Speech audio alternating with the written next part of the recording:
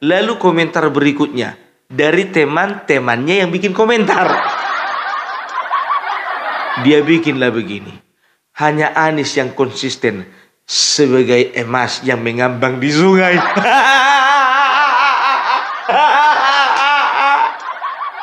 Gak pernah ku tengok emas mengambang.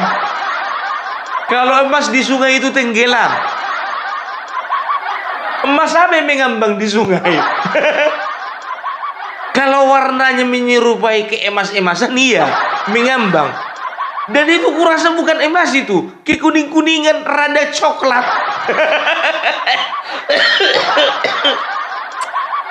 Memang kalau netizen ini kalau sudah komentar, jujur aja lo ku bilang, setan pun minder. Sedangkan sesama setan gak mau ngejek. Kan begitu. Makanya aku bilang, ya hati-hati dalam berkomentar. Tara, mak jreng. Halo guys, ketemu lagi dengan saya di Analisis Sengit.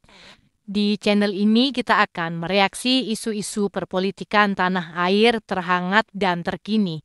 Seperti biasa, saya akan mengajak kalian semua menyimak video dari seorang pakar pengamat politik dunia maya terkeren abad ini, siapa lagi kalau bukan Opung Parbelak ya.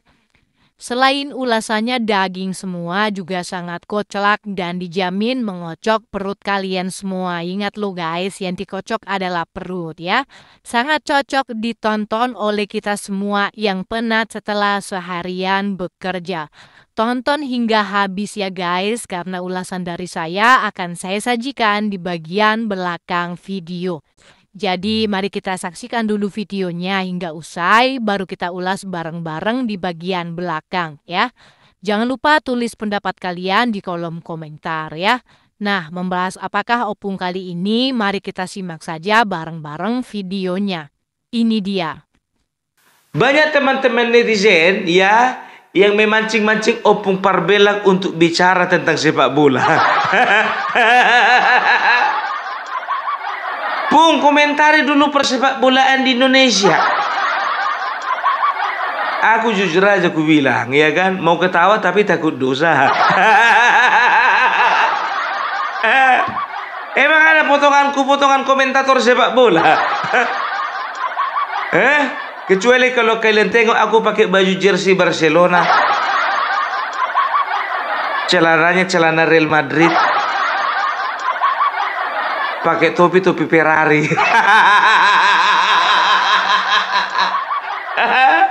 Baru ya bisa aku komentar sepak bola, kan begitu. Udah kayak ojol. Ojol kan kadang-kadang kayak gitu ya kan, jaketnya Maxim, helmnya Grab.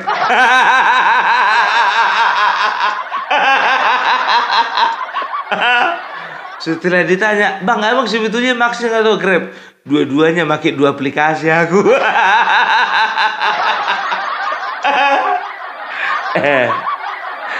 Tapi biar tahu kalian, inilah tabiat orang Indonesia yang kurang bagus. Apa itu? Selalu mengurusi urusan yang bukan urusannya. Nggak urusannya diurusi. Dia di bidang kedokteran, diurusi masalah politik. Kalian tengoklah dokter Tipa, rusak kan? Dia seorang ahli filsafat, ya kan? Tapi dikomentari masalah sepak bola. Rocky Gerung. Yang terakhir biar tuh kalian, seorang ahli forensik komentar masalah politik. Masih ingat kalian Reza Indragiri? Biasa ngurusin mayat, ngurusi politik. Aduh, jujur aja aku bilang ya, aku nggak mau terjebak di situ. Iya kan, karena memang jangan pernah kita mengambil bagian yang bukan bagian kita. Udah tahu kita udah tahu kita ahli perang, ya kan? Tapi mau jadi menteri agama. Itu dia. Tapi bukannya bilang apa ya, kalau untuk episode kali ini ya, sebagai kecintaanku terhadap bangsa ini dan juga kecintaanku terhadap timnas, maka aku akan bahas sedikit-sedikit mengenai sepak bola. Ya, kenapa? Bukan kita sok-sokan ya, tapi kita sebagai anak bangsa ya, bisa dikatakan punya berbagai macam cara untuk menunjukkan kecintaan terhadap bangsa ini. Ya, pemain sepak bola tunjukkan prestasinya terhadap dunia sepak bola biar dia bisa mengharumkan bangsa ini. Kan begitu ya, seorang akademisi ya, dia itu harusnya bisa menciptakan hal-hal yang baru ya, di dalam dunia akademik ya, sehingga Indonesia itu secara akademik boleh lebih menonjol daripada negara lain. Kan begitu. Sama seperti TNI ya, TNI Polri ya, kalau bisa dikatakan cara mereka menunjukkan kecintaan terhadap tanah air ini ya nggak perlu dipertanyakan lagi lah ya. Sama juga seperti mahasiswa. Mahasiswa ya gitu juga nggak perlu dipertanyakan lagi.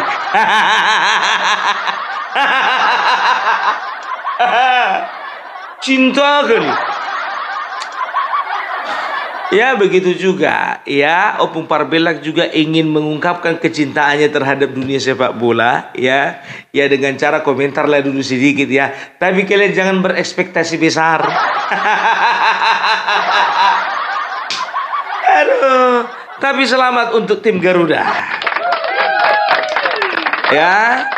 Jadi alhamdulillah puji Tuhan ya, kemarin pertandingan melawan Bahrain ya, aku nonton sebentar ya, kalau nggak salah itu sampai menit ke berapa ya, menit ke babak pertama aja, babak pertama 5 menit sebelum berakhir babak pertama aku pulang. Tadinya aku nongkrong di kafe, tapi aku pulang ya karena udah ngantuk kali kurasa. Karena memang sebetulnya habitatku bukan di situ. Ya cuman diajak kawan ya kan, ayo nonton bola, katanya ayo, aku bilang begitu. Kukira tahan aku sampai babak kedua, rupanya babak pertama pun tumbang aku. Iya kan, tapi gimana pun juga ya kan, aku tonton sambung di rumah ya. Jadi aku tengoklah hasil akhirnya begitu di media sosial. Wah, Indonesia menang 1-0. Aku mikir kalau sempat bertahan aku nonton sampai babak kedua, kurasa Indonesia bisa menang 3-0. Siapa kali kau Bu? Ya, jadi setelah Indonesia memenangkan pertandingan, memenangkan laga tadi malam ya melawan Bahrain ya, Indonesia itu naik posisi, bukan posisi ya, lebih naik poinnya ya, naik poinnya dari 6 ke 9. Jadi di klasemen C ya, untuk kualifikasi Piala Dunia 2026 di Amerika, Kanada dan di Meksiko kalau nggak salah ya. Jadi Indonesia itu ada di apa namanya, grup C ya. Jadi di grup C itu untuk apa namanya, peringkat pertama itu yang sudah lolos ke Piala Dunia itu Jepang ya dengan 20 poin. Nomor 2 itu Australia itu 13 poin ya. Setelah itu Arab Saudi itu 10 poin ya. Indonesia 9 poin. Setelah itu ada China itu 6 poin, dan juga Bahrain 6 poin ya. Jadi kapan Indonesia bisa lolos ke Piala Dunia? Kalau Indonesia di grup C ini ya bisa berdampingan ya dengan Jepang untuk menuju ke Piala Dunia ya. Kita doakan saja supaya Indonesia ya bisa menang di dua pertandingan berikutnya ya. Yang pertama nanti selanjutnya melawan Jepang ya. Kalau nggak salah tanggal 5 Juni melawan China itu tanggal 10 Juni ya, atau kebalikannya ya. Jadi kita doakan saja ya, supaya timnas kita bisa mendapatkan peringkat kedua di grup C. Aku udah tahu kalau udah ngomongin masalah bola, penonton Opung Parbelak udah banyak yang lari nih. Tapi nggak apa-apa lah, ya ini adalah resiko profesi. Ya aku hanya ingin mengekspresikan aja dan juga ingin menjawab pertanyaan teman-teman. Kan begitu, kalau masih bisa diakomodir, akomodir. Bicara tentang hukum, ayo. Tentang politik, ayo. Tentang budaya, ayo. Tentang sepak bola, ayo. Ayo. Ayo. Kan begitu ya. Jadi kalau untuk informasinya ya cuman cukup itu aja lah. Sekian dan terima kasih. Ya kita doakan saja. Tahu enggak kalian, waktu Indonesia kemarin kalah ya 5-1 lawan Australia, banyak kali hujatan diterima Erick Thohir. Betul. Dan ada beberapa konten kreator temannya Opung Parbela komentar miring. Udahlah Erick Thohir, mundur aja lah kau dari PSSI, gentleman lah kau. Ada pula yang mewa sama Opung Parbela, iya kan? Kurasa dia ini memang betul-betul pencinta sepak bola tanah air. Apa dia bilangnya? Kenapa sih Bung Erick Thohir harus dapat 2 jabatan? Ya aku bilang, aku marah sama dia. Ya untuk saat ini cuma dia yang mampu. Karena dia punya pengalaman kalau untuk bidang sepak bola, kan begitu. Siapa lagi mau kita bikin Faisal Assegaf? Iya. Atau siapa? Refli Harun. Cuman 2 orang yang tepat menduduki ketua umum PSSI saat ini. Yang pertama Erick Thohir, yang kedua Roy Suryo.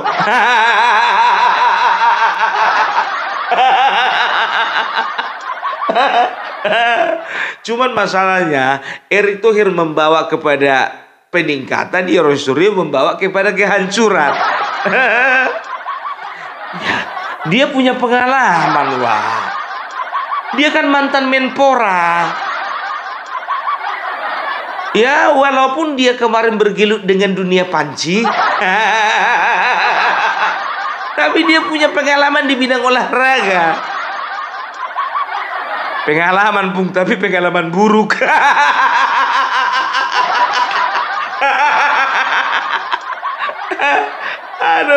Aduh, ya. Tapi memang banyak juga yang menyayangkan. Karena apa ya? Waktu Indonesia kalah dari Australia, mulailah disalahkan Erick Thohir, mulailah disalahkan pemecatannya Sintayong, ya, mulailah disalahkan terlalu banyak naturalisasi, mulailah disalahkan, ya kan, mengenai formasi, semua disalahkan, semua, ya kan. Biar tahu kalian, komentator dari kalangan netizen itu lebih kejam daripada komentator yang ada di lapangan. Mengerikan. Jadi kayak Coach Justin, ya kan. Setelah itu siapa lagi itu? Effendi Gonzalez. Siapa namanya itu? Lupa aku, si Effendi. Effendi itu juga bicara masalah politik, tapi bicara masalah bola juga. Kalah itu, biar kalian kalah. Nggak ada apa-apa ya dibandingkan komentar netizen itu. Ya, apa dibilang waktu kalah itu ya, seandainya Sintayong masih menjadi pelatih Indonesia. Ya memang bukannya bilang apa, memang sudah banyak yang dilakukan beliau, kan begitu ya. Mulailah juga, ya kan, banyak berita-berita, ya. Inilah resiko kalau mengambil seorang pelatih yang tidak punya kemampuan. Dibilang Patrick Kluivert itu tidak punya kemampuan. Yang komentar itu lah dulu tanding bola dulu. Coba dulu laga penalti sama si Patrick. Jadi kadang-kadang begitu memang kita ini, ya. Tapi bukannya bilang apa, ini positif. Ya, justru ini yang memacu timnas Indonesia itu untuk bergerak lebih maju lagi, ya. Makanya kalau bisa, ya, di Indonesia ini muncul generasi-generasi toel yang baru. Dan muncul generasi-generasi gerung yang baru. Ya, supaya apa? Supaya ini menimbulkan memacu semangat daripada timnas, kan begitu. Kita harus buktikan namanya toel, bahwasanya kita bisa maju memenangkan pertandingan ini, kan begitu. Jadi sebetulnya di Indonesia ini masih terlalu kurang kritikus sepak bola. Makanya karena kurangnya kritikus sepak bola, makanya job itu diambil Rocky Gerung. Kalau si Toel ini, ya ini kan basicnya jurnalis, ya jurnalis olahraga, ya. Dan dia juga kalau nggak salah sempat dia menjadi pengurus di PSSI. Wajar dia kalau komentar masalah sepak bola. Cuman masalahnya komentarnya ini bukan komentar yang konstruktif, cenderung destruktif. Waktu kemarin Indonesia lawan Vietnam 2024, waktu Indonesia menang, dingin aja dia, nggak menunjukkan dia kan biasa, ye gitu kan, ini diam aja dia.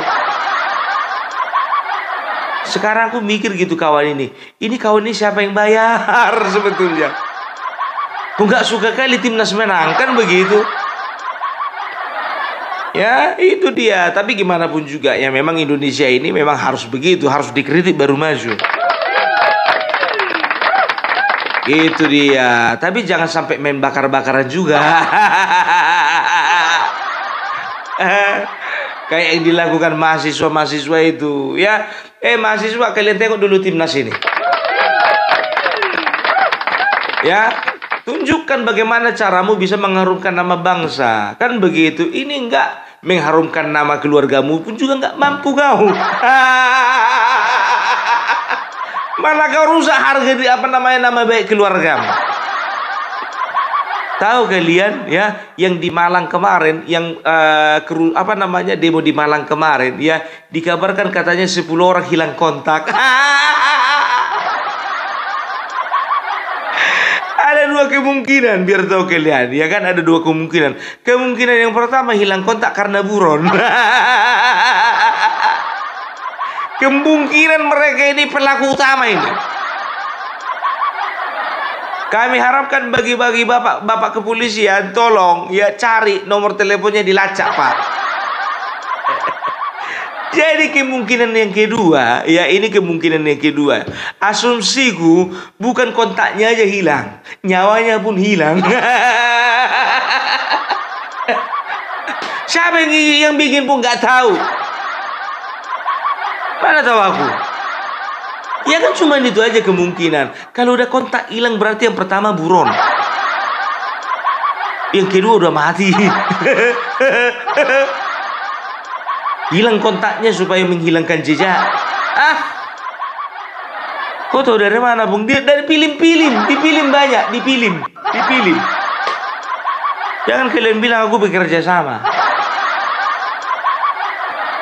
Tahu enggak kalian ya kalau bicara tentang sepak bola ya ini tak ubahnya sebagai tak ubahnya permainan di dunia politik pun juga seperti sepak bola. Kadang harus mengoper, kadang harus menembak, kadang harus bertahan, kadang harus menyerang, ya kan begitu ya. Itu juga yang dilakukan banyak orang di dunia politik, ya kan begitu. Jadi itu menariknya sepak bola ya. Jadi kita harapkan untuk sepak bola ya memang betul. Ku tengok dari persentase pemainnya itu kayaknya cuma 20% pemain asli. 80% naturalisasi. Tapi ini adalah sebuah strategi sebetulnya ya kan naturalisasi itu kan juga kan ada undang-undangnya ya. Jadi proses naturalisasi itu kan sudah dibahas ya bersama dengan DPR ya dan juga itu sudah ada undang-undang yang mengatur ya. Kalau aku rasa nggak masalah lah ya. Ini banyak ini manusia-manusia kayak seperti Rocky Gerung kemarin itu komentar ya ini adalah ini adalah kegembiraan yang semu. Sedangkan kau juga waktu sekolah, jujur kau Rocky Gerung pernah kau nyontek? Kalau memang kau nggak pernah nyontek, memang betul-betul lah kau manusia paling suci di dunia. Sedangkan nyontek kan itu artinya apa? Kita menggunakan jawaban teman kita untuk meraih kesuksesan kita. Ya, itu dia. Itu cara ilegal. Mana ada menyontek diatur di dalam undang-undang. Artinya ilegal. Nah bicara tentang naturalisasi ini legal ini. Dan tahu ndak kalian ya, Indonesia bukan satu-satunya negara yang melakukan naturalisasi. Bukan. Australia juga ya itu melakukan naturalisasi. Belanda pun juga begitu, ada naturalisasi. Negara-negara besar ya itu juga punya pemain-pemain naturalisasi, kan begitu. Pemain naturalisasi itu kan yang punya garis keturunan dari bangsa Indonesia, kan begitu. Kenapa? Rupanya ya, aku tahu ini orang-orang yang iri dengan pemain naturalisasi ya, itu adalah orang-orang yang iri dengan kegantengan mereka. Karena apa? Ya, tengok kalian pemain naturalisasi nggak ada yang jelek. Udah ganteng, tinggi, putih, matanya biru. Kan begitu. Nah, yang komentar negatif terhadap naturalisasi, perhatikan kalian lah. Mukanya kurasa jelek-jelek. Main fisik kau, Bung. Kau kalau menghina orang berarti kau menghina ciptaan Tuhan. Karena ada orang jelek lah, makanya nampak mana yang ganteng. Termasuk Bung Parvila ini jelek. Jelek ini. Secara fisik jelek, ku akui. Nasibku aja punya istri. Nasibku aja punya anak 3.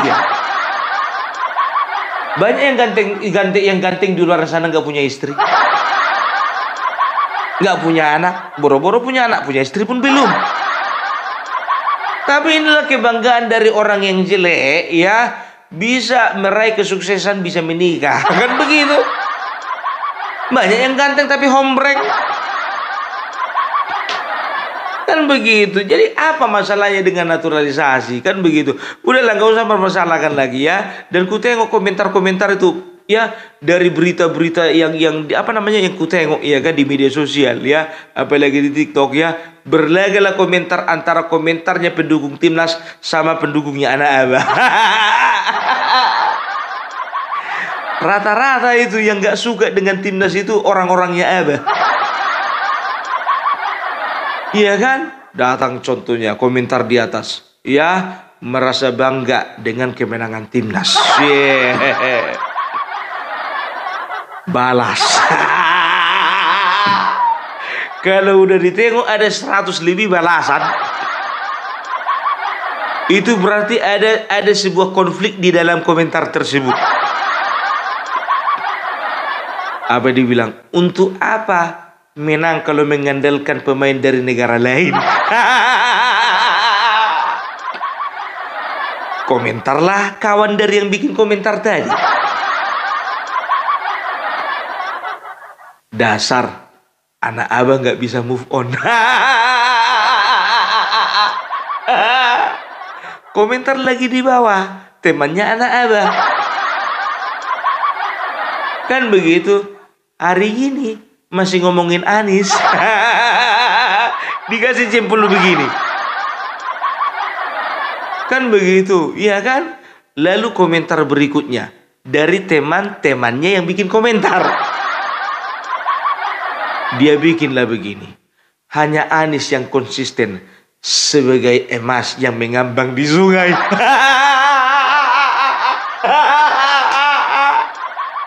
Gak pernah ku tengok emas mengambang. Kalau emas di sungai itu tenggelam. Emas apa yang mengambang di sungai? Kalau warnanya menyerupai ke emas-emasan, iya, mengambang. Dan itu kurasa bukan emas itu, kekuning-kuningan rada coklat.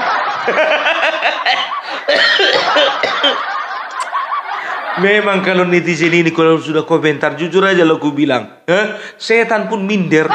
Minder. Sedangkan sesama setan gak mau ngejek.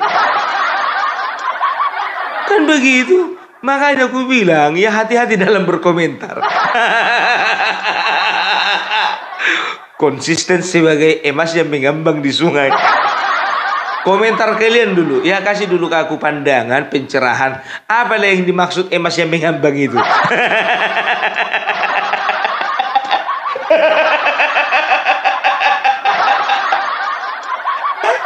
Aku nggak mau tampilkan, ya, nggak mau tampilkan karena aku udah lupa di mana letak komentar. Baik kali komentarnya. Dari sekian ribu komentar, komentar itu yang menarik perhatianku. Kalau ada yang nonton Opung Parbella yang komentar seperti itu, gue bilang samamu ya, Le ya Mas ya, lanjutkan.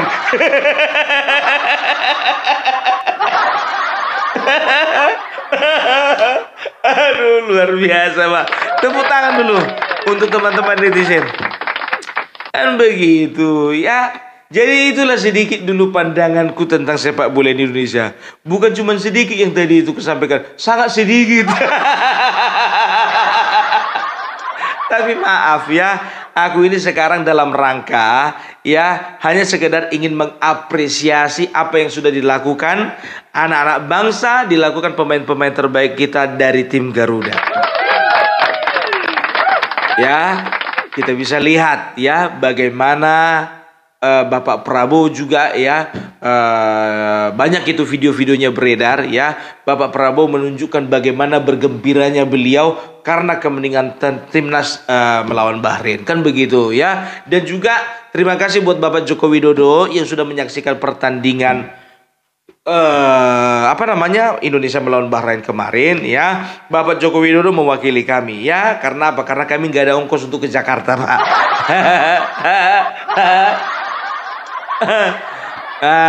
Jadi biar tahu kalian, kalau untuk pembenci Jokowi ya kan, ini sebetulnya menjadi pertaruhan yang besar untuk Bapak Jokowi.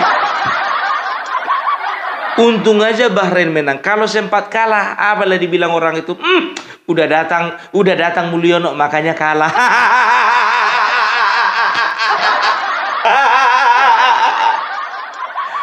Tapi kalau datang Bapak Joko Widodo dan menang timnas, nggak ngomong apa-apa orang itu. Tapi ada juga yang julid, biar tahu kalian. Apa dia bilang, pantas cuma 1-0, rupanya datang Mulyono. Kalau nggak datang Kian dia bisa jadi 5-0. Yang komentar seperti itu bertobat kau. Apa-apa Bapak Jokowi terus alasan. Apa-apa Bapak Jokowi terus alasan daripada kehancuranmu. Bodoh. Ya, jadi nggak ada habis-habisnya ini. Ya memang itu hidup ya kan. Harus ada follower dan juga harus ada haters. Ya kan? Kutanya dulu sama kalian, mana lebih baik, ya kan? Kita punya follower atau punya haters? Ya, ku bilang, ya lebih baik hidup itu punya dua-duanya, ya kan begitu. Pung, mana kau lebih baik? Ya, kau punya follower 1000, nggak punya haters, atau punya follower 500.000 tapi hatersmu ada sekitar 1000. Ya, aku pilih yang kedua lah, kan begitu, ya kan? Itu dia. Ya, ingat, semakin banyak haters itu artinya apa? Ya, itu artinya ya kau itu mempunyai kelebihan dari mereka, kan begitu. Tapi lihat juga ya, jangan lebih banyak haters dari follower.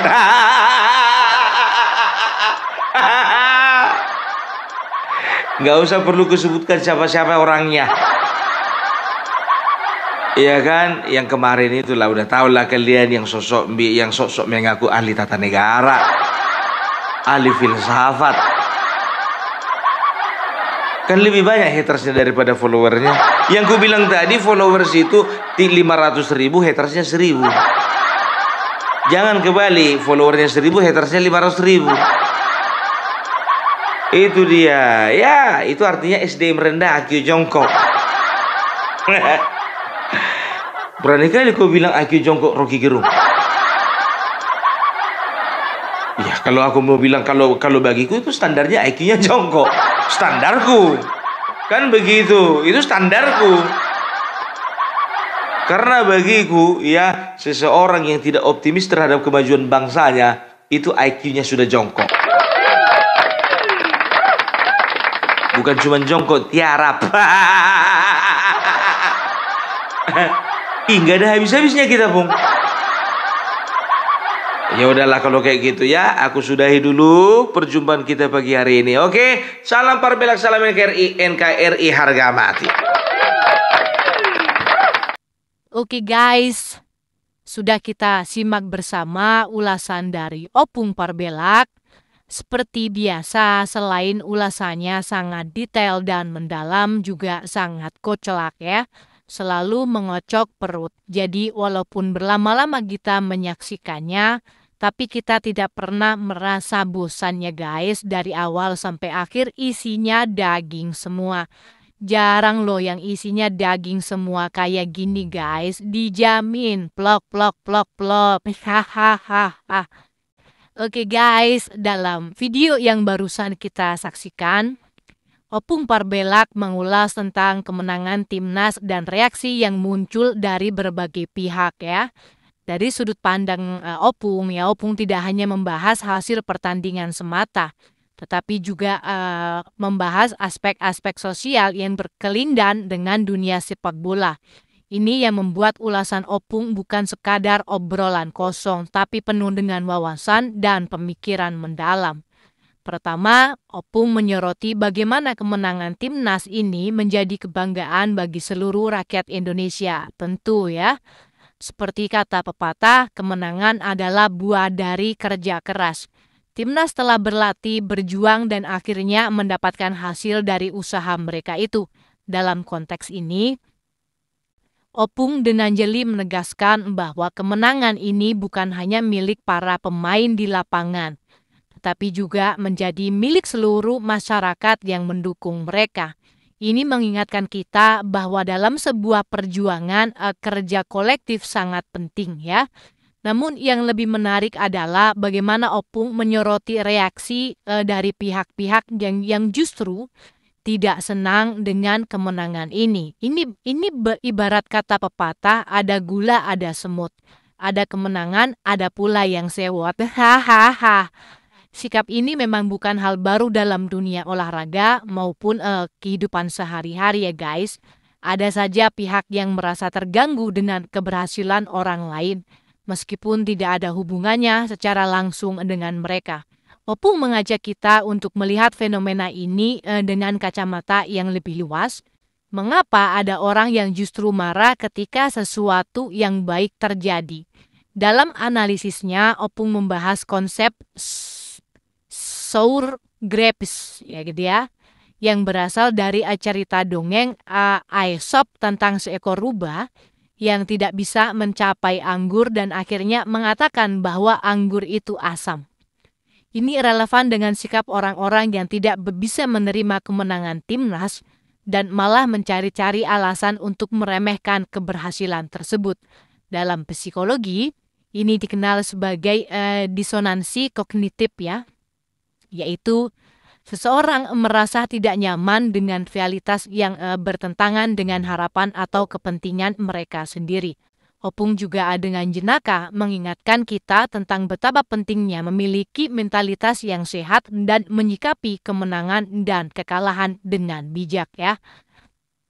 Iya, dalam sepak bola sebagaimana dalam hidup kadang kita memang ya kadang kita menang gitu ya, maksudnya ya kadang kita juga kalah. Yang lebih penting adalah bagaimana kita meresponsnya gitu ya. Mengutip pepatah Jawa, menang ora umuk, kalah ora ngamuk, ya kan? Artinya menang jangan sombong, kalau kalah jangan marah. Tapi sayangnya ada saja yang justru kebalikannya. Ketika kalah marah-marah, ketika menang malah mencari-cari celah untuk menyalahkan pihak lain. Selain itu, guys, Opung juga membahas bagaimana media sosial menjadi ajang bagi pihak-pihak yang tidak puas untuk mengekspresikan ketidaksetujuan mereka. Ini mengingatkan kita pada teori komunikasi massa, yaitu informasi yang beredar di media dapat membentuk opini publik dengan cepat.